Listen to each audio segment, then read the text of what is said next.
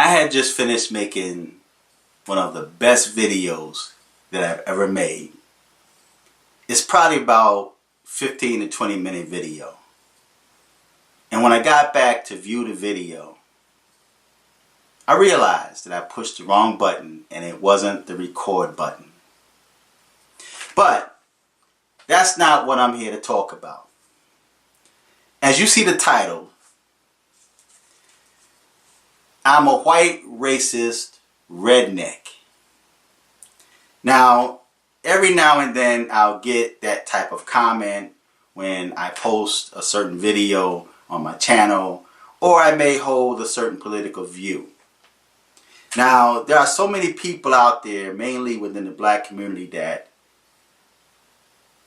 will look at a channel, they don't read everything on that channel, or they don't even go back to research to look at the videos to see who's talking. But they would just come out and make like blanket statements. I posted a video on my copper color prepper channel. I'm going to repeat that. I posted a video on my copper colored prepper channel. Now, when you see copper color, you should automatically know that my complexion is not white. And as you see from watching this video, my neck is not red. But there are people that seem to feel that when you hold a certain political view, that you have to automatically be white. There are also people that feel because you support President Trump, you should be white. And if you're not white and you support President Trump, I've been asked quite a few times, ain't you black? Because I don't vote Democrat or demon crap, I've been asked by black people, ain't you black? So, on this channel, I posted where President Trump was signing an executive order concerning the inner city. Or, because there's different terms that they use for black people. Instead of just coming out saying black people, they say inner city or urban areas. So he signed an executive order, which of course the media really didn't talk about it. You didn't hear it on CNN. You didn't hear it on MSNBC. You didn't hear it on CBS or all of these other Trump-hating news sites. But he just did something big for the inner city, or the black community for the most part. So when I posted that, and I'll put the link to my channel on the bottom and you guys can go check it out for yourself. And that was the only channel that it's posted on. So I got a response from what appears, it may be a white dude, okay, just by some of the videos, that he's got on his channel. It says, President Trump signed executive orders concerning black people. He's got that in quotes. And then he asked, what kind of redneck racist are you? So I'm a redneck racist. So anyway, so am I a redneck racist Italian because I love cannolis? See, I got this cannoli right here. This cannoli, I'm getting ready to kill this cannoli. These are the bomb cannolis. I'm telling you, y'all got to try these, man. These are some good cannolis right here. But I'm getting ready to tear this cannoli up, right?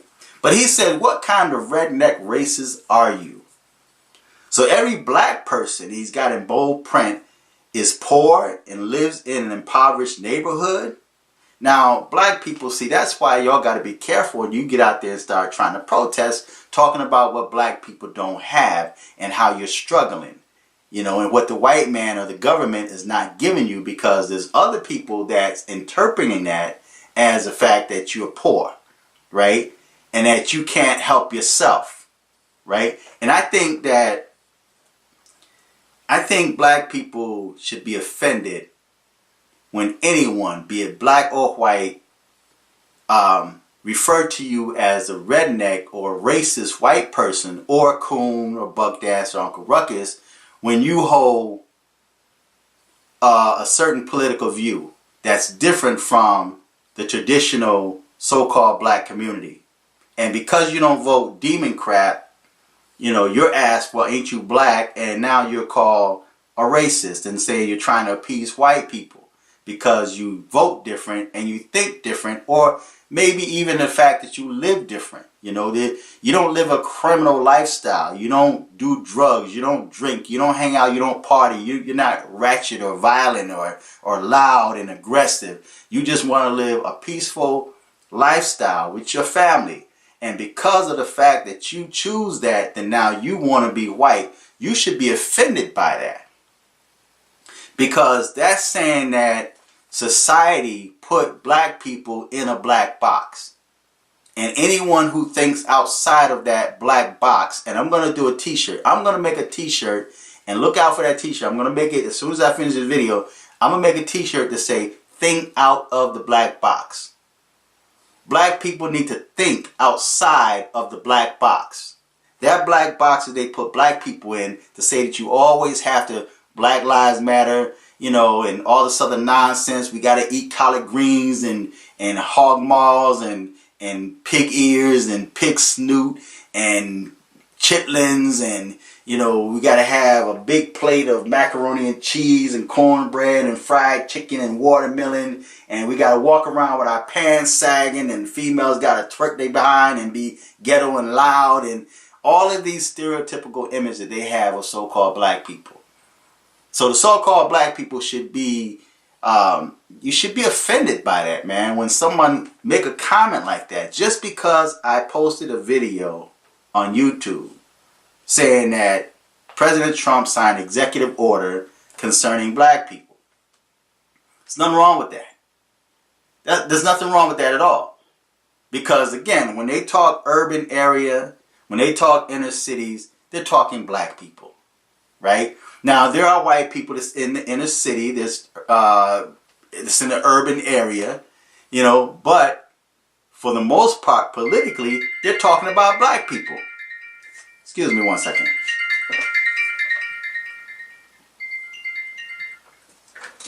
They're talking black people, right? Like I said, whenever I make a video, it's always got a ring like that, right?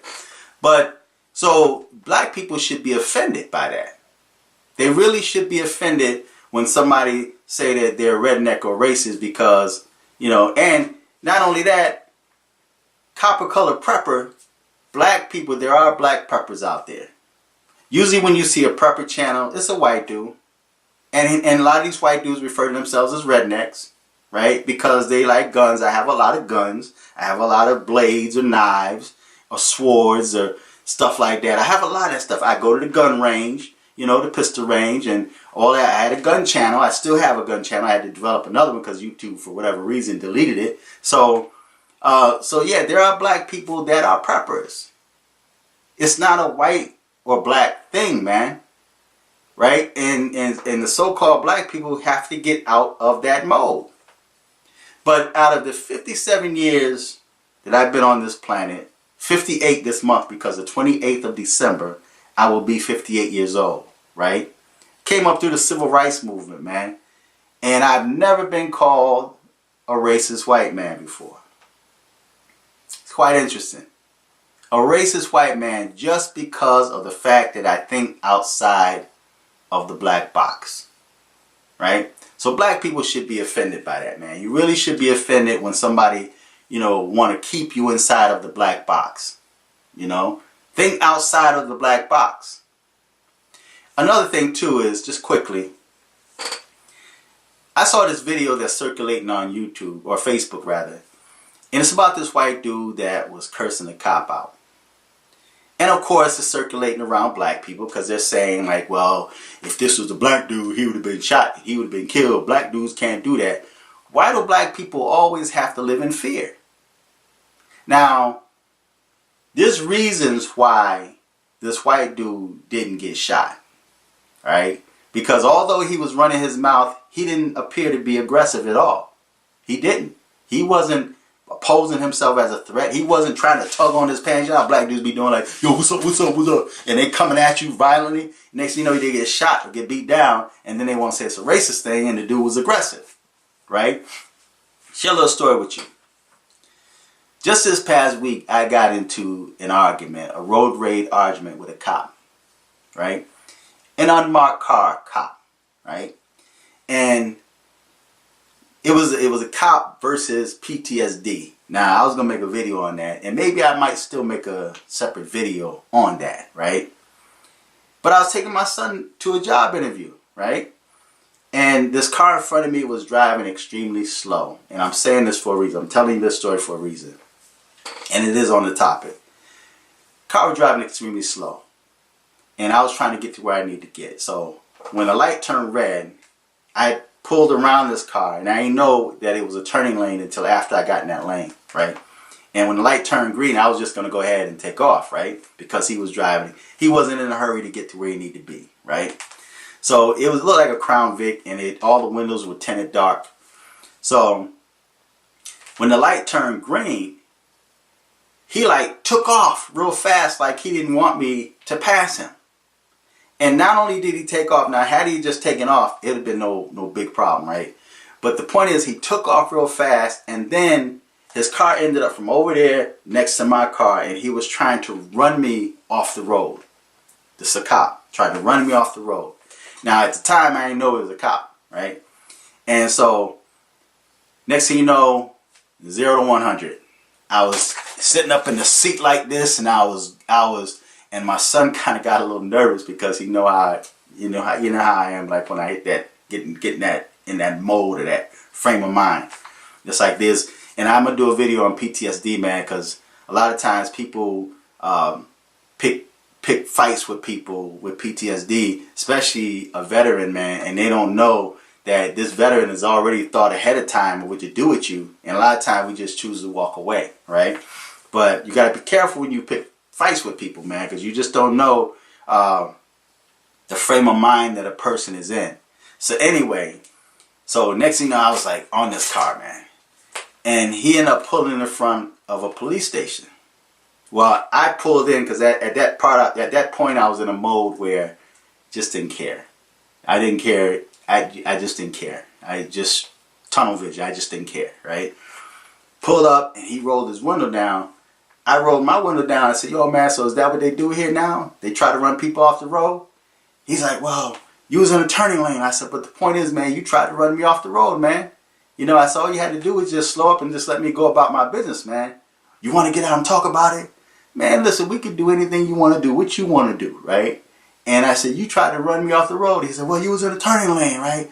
And then he said, "You want to get out and talk about it?" Now, and then at that point when he said it the second or third time, I said, "Look, man, we can do anything you want to do. You want to get out, we get out, you know."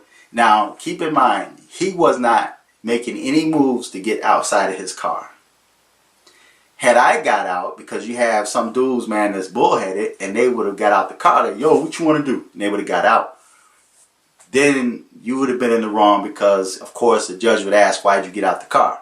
Right? You know, "Well, he invited me out," right? That don't play in court. And then anything could have went down from that point on. Now, had he got out his car, I would have got out, okay? Because now I'm feeling threatened, and I'm not going to be, you know, pinned in a car, man, where he's outside the car and can do anything he want to do, right? So I said, "Man, look, we can do anything you want to do, man. You want to get out, we can get out. I know who you are." And see, when I told him, I said, "I know who you are." And I said, "You know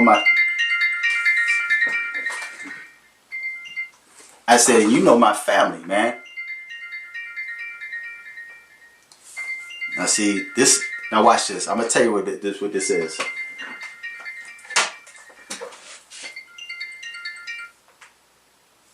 Now watch, if it rings again, these are these robocalls, man. They keep coming through, and then when you answer it, then the recorder comes on. I can't stand this, right?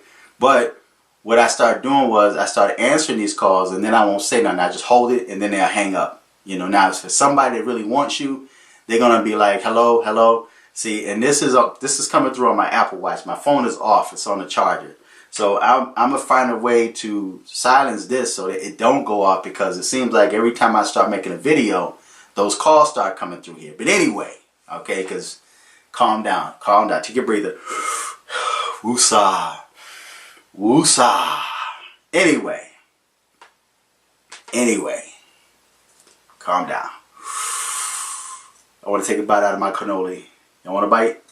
But anyway, so yeah, so I said, I know who you are, man. You know my people, right? And I mentioned my family member's name is actually a cop. Like, well, you was in the passing lane. I said, but you tried to run me off the road, man. I said, I wouldn't have done that to you. I would have at least slowed up and let you go on about your business, man. If you felt I was in the wrong, pull me over and give me a ticket. You know, don't try to run me off the road, man. Run me and my son off the road, right? Okay, well, we're done with this, right? We're good, right? And I kept talking because I was in that mode, right? I was in that mode. I kept talking. He said, well, we good, right? We good. I said, man, we good, man. And I drove off. He went about his business. Now, had I got out the car, it would have been a different story, right? Because he was still in his car and he didn't budge. He didn't move. He wasn't being the aggressor, right? Had I got out the car, had I allowed him to talk me outside of my car, then it would have been on me, because then I would have been perceived as the aggressor, right? So that's why you find, and then another thing too, I have no warrants. I'm not in their system, right? So when you have no warrants and you're not in their system, they have nothing on you.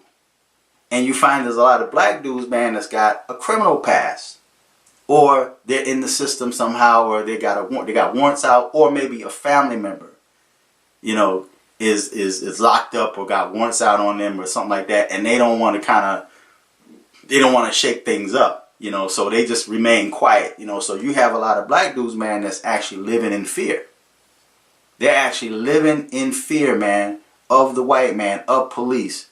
And they feel they can't say nothing, you know, whereas me, I don't have that issue. And I don't go around, you know, arguing with cops, but I look at them as another man. And I spoke on that in the video of the past where, you know, Jesus was anointing this man's eyes, this blind man, and then when he, you know, spit on the ground and anointed it, his eyes, how do you see? He says, I see men as trees. Right? In other words, he wasn't seeing right, and there's a lot of black dudes that see men as trees. And when Christ anointed his eyes again, he said, how do you see now? I see men as men. So I see men as men. I see them just as another man. And you violate me, I'm going to deal with you as a man. You know what I mean? Call it hyper-masculinity or violent masculinity, whatever them titles that they have for us. But I deal with them as a man. You know, you're not going to disrespect me like that and expect me to just back away because you are a cop. And see, he didn't know I knew he was a cop, because he was plain clothes, he was in an unmarked car. But he tried to talk me out of my car by saying, like, you want to get out and talk about it, man? We do anything you want to do. What you want to do? And I noticed he didn't even make a move to get out of his car, trying to set me up. And that's what happened with a lot of black dudes. And that's why you find cases where white dudes can say certain things to cop, and they're like, walk away. They may want to put their hands on dude, but they don't. Especially if there's a camera and somebody's recording them, right? And so, saying that to say, getting back to my regular topic, y'all got to stop looking at everything as race, man. You know? And, you know, stop. And you got to learn to think outside of the black box. All right? Start learning how to think outside of the black box, man. It's not always about black and white. And it should be an insult to black people, man, the so-called black people. You know, when someone referred to you as a redneck racist on your YouTube channel without even looking at your videos, or they call you an Uncle Tom, Uncle Ruckus, or a coon because you think outside of the black box. Because you think like you're supposed to think. Because maybe you're educated or intelligent, or have some type of intelligence, right? And they say that black people don't have intelligence, so black people have to be in a certain type of box, right? So feedback, tell me what you think, subscribe. I'm going to put this, of course, on my Copper Color Prepper channel.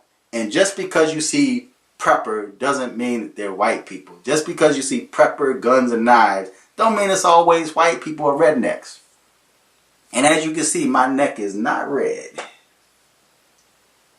So feedback, tell me what you think. Till next time. I am the Copper Color Prepper.